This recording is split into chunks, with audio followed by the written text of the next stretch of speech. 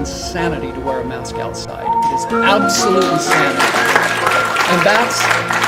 And that's science. That's science. There is not one study that has shown any super spreader event to have occurred outside. They have all been indoors with poor ventilation. All right, biggest lost message on this entire pandemic is vitamin D.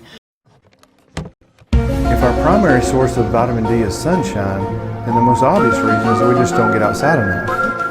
Yeah, we are past a pandemic stage. We're at an endemic stage. In most states we are. Their numbers are still high in a few states, but we're getting past that point.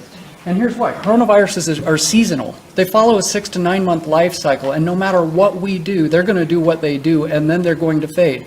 What happened to SARS? What happened to MERS? What did we do to stop them? Nothing. They did their thing. Average COVID-19 death age, 78.6. Average age of death in North America every year, 78.6. That's fascinating. What are our highest risk factors? Obesity, low vitamin D levels, advanced age. 90% of deaths in the state have been over 70 years of age. That's the at-risk population. We have stopped our society for something that's taking people that are already at that death risk age anyway. The virus is fragile. These are just little tidbits. It's fragile. It doesn't live outside. UV light fractionates it, kills it, blows it apart. Ventilation in the wind blows it away. It is insanity to wear a mask outside. It is absolute insanity. And that's science. That's science. There is not one study that has shown any super spreader event to have occurred outside. They have all been indoors with poor ventilation. Next slide, please. All right, biggest lost message on this entire pandemic is vitamin D. There is no such thing, and if I can give one message to all of you for every winter and autumn for the rest of your lives, there is no such thing as flu and cold season. There is only low vitamin D season. Next, please. Vitamin D, every cell in your body, every nucleus has a receptor for vitamin D on it. 2,000 genes in your body are controlled by vitamin D. 5% of your body's genome controlled by vitamin D. It is the master key to your immune system, the master key. If one has a level in mid-range, you cannot develop a cytokine storm. Data shows what kills people? Cytokine storm. If you are in mid-level range, you will not die from COVID because you cannot get a cytokine storm. Next, please. All right, so we don't just have a viral pandemic, we have an international vitamin D deficiency pandemic, i.e. 70% of the world is immune suppressed. 70%. 70 to 80% of all Americans are immune suppressed because they are D deficient. 82 to 88% of nursing home patients are D deficient. Who's dying at the highest rate? Nursing home patients. 83% of African Americans, 70% of Latinos, 72% of Native Americans, 47% of Caucasians are insufficient, and 70% are deficient, and well, 47% are deficient, 70% of Caucasians are insufficient. 80% of all hospitalized patients statistically are vitamin D deficient. 96% of people in the ICU are vitamin D deficient. If you are D deficient, you are immune suppressed, you are susceptible to the common cold, the flu, coronavirus of any sort, bacterial pneumonia, et cetera, et cetera, et cetera. The best mask of all is a healthy immune system, and a healthy immune system does not occur, next slide please, if you don't have D in normal range. Well, how do we get D? Sunshine. You know, we synthesize it through our skin. Above the 35th parallel in the world, or below the 35th parallel for 4 to 5 months of the year, you cannot synthesize vitamin D through your skin. The older you get, the harder it becomes as well. Vitamin D is critical. Every Idahoan, if you do not supplement, you are vitamin D deficient, you are immune suppressed in the fall and the winter. Next slide, please. So here's a good map of the 35th parallel. Anybody above that line is vitamin D deficient all winter long. Next slide, please. So, you can run outside naked thinking you're getting sunshine from October through March, like this fine gentleman here in the snow, and the amount of vitamin D you will synthesize from October through March outdoors running naked in your tutu is zero. Absolutely zero. If you do not supplement with vitamin D in the wintertime, you are immune suppressed. Next, please. Most insurance companies in Idaho and northern states do not pay for a vitamin D test, unfortunately. Other countries, Scandinavian, test their citizens twice a year. They supplement 35 foods on their food shelves with vitamin D. Why is Finland, Norway, Sweden doing so well?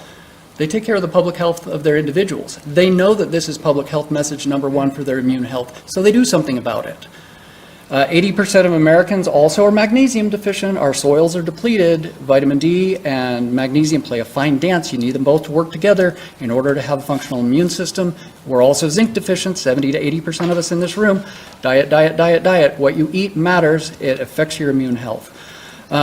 Obesity drastically reduces your ability to get vitamin D into your circulation. D is a fat-soluble vitamin. The heavier set you are, the more it goes into your fat and not into your circulation to stimulate your immune system. Is sunshine the best way to get vitamin D? If so, how does it help your body? Let's answer those questions right now.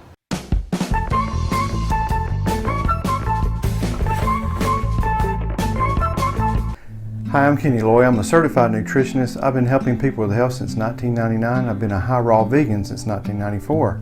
We remake comfort foods in a healthy way and help you in going more raw to restore energy and immunity. If that sounds good to you, you're in the right place. Is sunlight the best way to get vitamin D? If so, is morning or evening or midday the best time? What are the benefits of vitamin D from sun as opposed to a vitamin D3 and K2 supplement? What is the vitamin D dosage to boost immune system function? Do you need vitamin K2 and D3 together? I'm going to answer each of these questions for you, so let's get started. We recently vacationed in Florida and I noticed how many people were lathering on and spraying on sunscreen to avoid sunburn. Some of them were even hiding under tents and umbrellas. What should we really be doing to get this vital nutrient naturally? To answer this question, let's just look at how sunshine actually makes vitamin D in our bodies. When sunshine touches our skin, it actually makes vitamin D from cholesterol. The UVB rays from the sun use the cholesterol in our skin cells to provide energy to create vitamin D. When we have adequate amounts, vitamin D helps with calcium absorption in the gut. It balances calcium with phosphorus to help mineralize and grow our bones. It also controls cell growth and immunity and reduces inflammation. Be sure and stick around until the end to find out the best dosage of vitamin D. Let's talk about why most of us are actually deficient in vitamin D. If our primary source of vitamin D is sunshine, then the most obvious reason is that we just don't get outside enough. We need to spend no less than 10 minutes in the sun 3 times per week, up to 30 minutes every day if our skin is darker. Darker skin is protection from too much sun, so it takes more time in the sun to manufacture enough vitamin D. As you can see from this picture of Joanne, she gets very dark in the summer. She can practically look out the window and get tan. Yet when she was tested a few years ago, her vitamin D levels were non-existent.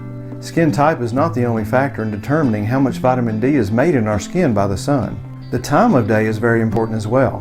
Midday between 11 a.m. and 1 p.m. is the best time, since the wavelength of UV rays is between 290 and 320 nanometers. This range is essential for our skin to create vitamin D. As we age, our skin loses some of its ability to create vitamin D from sunshine. Obviously, summer is the best season and the equator is the best geographic location to receive peak sun exposure. Using the FastRT simulation tool, investigators calculated the length of daily exposure needed to get 1,000 international units of vitamin D.